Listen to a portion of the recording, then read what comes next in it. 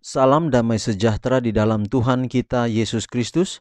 Shalom, selamat pagi dan semangat pagi. Jumpa kembali dalam renungan pagi kita untuk hari ini, 20 Mei tahun 2022. Kita patut bersyukur kepada Tuhan oleh karena berkat Allah yang ajaib dalam kehidupan kita hingga di pagi hari ini. Sekali lagi renungan pagi kita hari ini 20 Mei 2022 dengan judul Pertobatan Paulus. Sebelum kita lanjutkan, mari kita berdoa. Bapa kami dalam sorga, terima kasih Bapa oleh karena berkat-Mu, pemeliharaan kasih-Mu sepanjang malam kami tidur sampai kami boleh bangun pada pagi hari ini dengan penuh sukacita.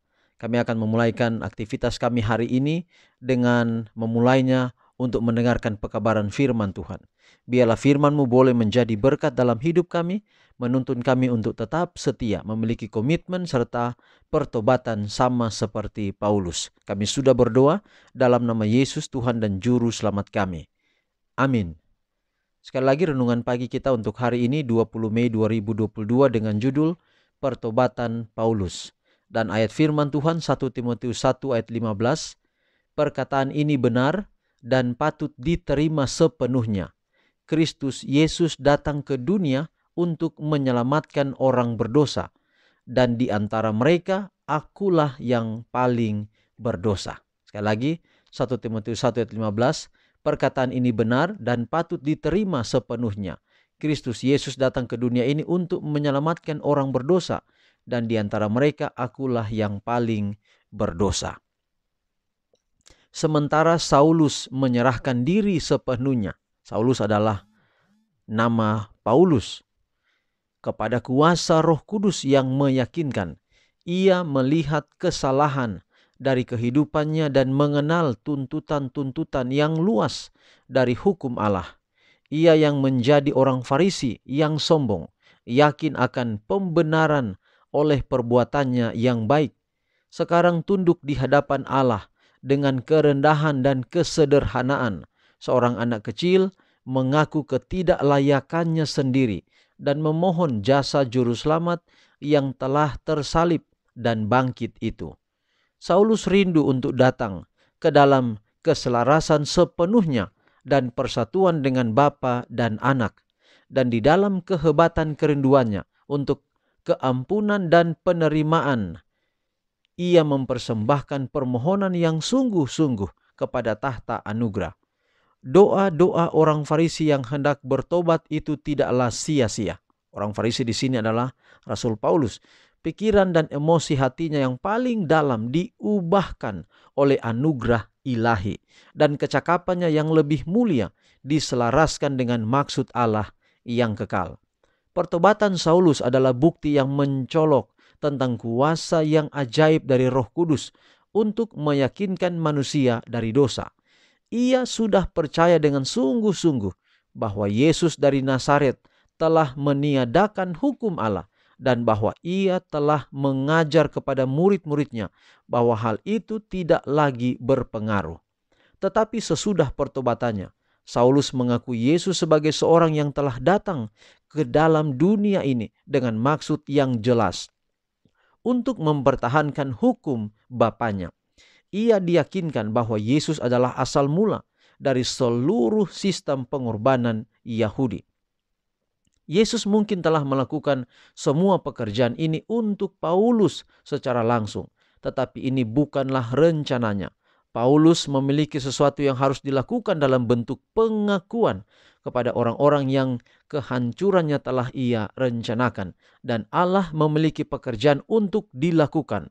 Orang-orang yang telah dia tetapkan untuk bertindak menggantikannya.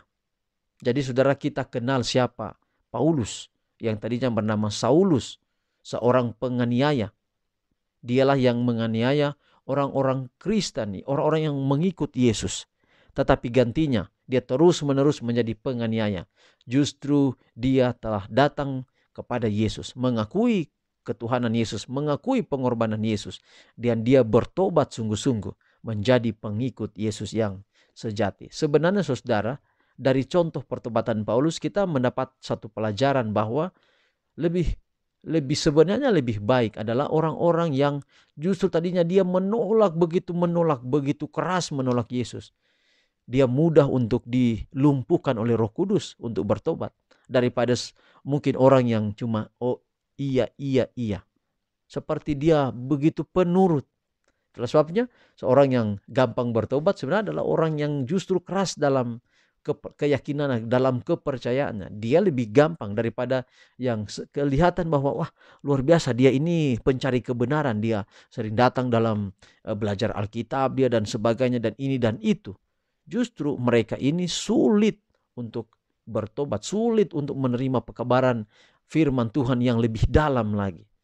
Itulah sebabnya ini motif dari orang-orang hanya Roh Kudus yang tahu. Kita tidak perlu kecewa. Kalau ada orang seperti itu, tetap kita kabarkan Injil. Kita tetap kabarkan kebenaran. Kabarkan tentang Yesus. Dia mau terima dan dia tidak mau terima. Ada peran daripada Roh Kudus. Dari contoh Paulus yang sekeras itu pun, ketika Roh Kudus bekerja, dia dimenangkan untuk Kristus.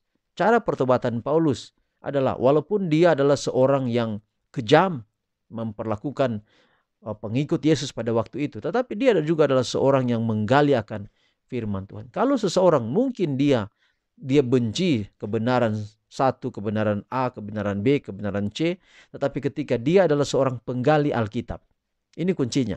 Seorang yang rajin menggali Alkitab, dia pasti akan menemukan kebenaran dan pasti satu waktu dia akan terima kebenaran. Sama seperti Paulus, begitu pula dengan saudara, dengan saya. Kalau kita betul-betul belajar firman Tuhan, kita akan menemukan kebenaran di dalamnya. Itu yang akan membantu kita untuk mendapatkan atau memiliki pertobatan sejati di dalam Yesus. Tuhan kiranya memberkati pekabaran hari ini, boleh menjadi berkat dalam hidup kita semua. Mari kita akhiri pekabaran hari ini dalam doa. Kita berdoa. Bapa di sorga, terima kasih atas berkat ajaib dalam hidup kami.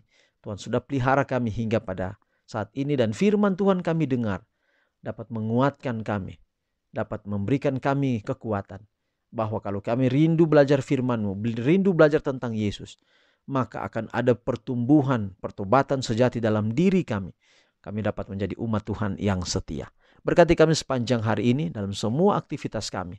Pendengar renungan pagi di mana saja berada, lebih 600 yang menonton sepanjang atau yang mendengarkan pekabaran firman Tuhan sepanjang minggu ini. Tuhan memberkati. Biarlah setiap telinga yang mendengar, setiap jari yang mengklik tombol-tombol dari channel ini, maka biarlah di sana ada berkat Tuhan yang mengalir. Dan selalu Tuhan, kami selalu memohon janji-Mu, berkat keimamatan-Mu menjadi bagian kami. Tuhan memberkati Engkau dan melindungi Engkau. Tuhan menyinari Engkau dengan wajah-Nya dan memberi Engkau kasih karunia. Tuhan menghadapkan wajah-Nya kepadamu dan memberi Engkau damai sejahtera. Terpuji nama Tuhan. Dalam nama Yesus kami telah berdoa. Amin. Demikian saudara pekabaran kita untuk hari ini 20 Mei 2022. Sampai jumpa besok. Tuhan memberkati kita semua. Shalom.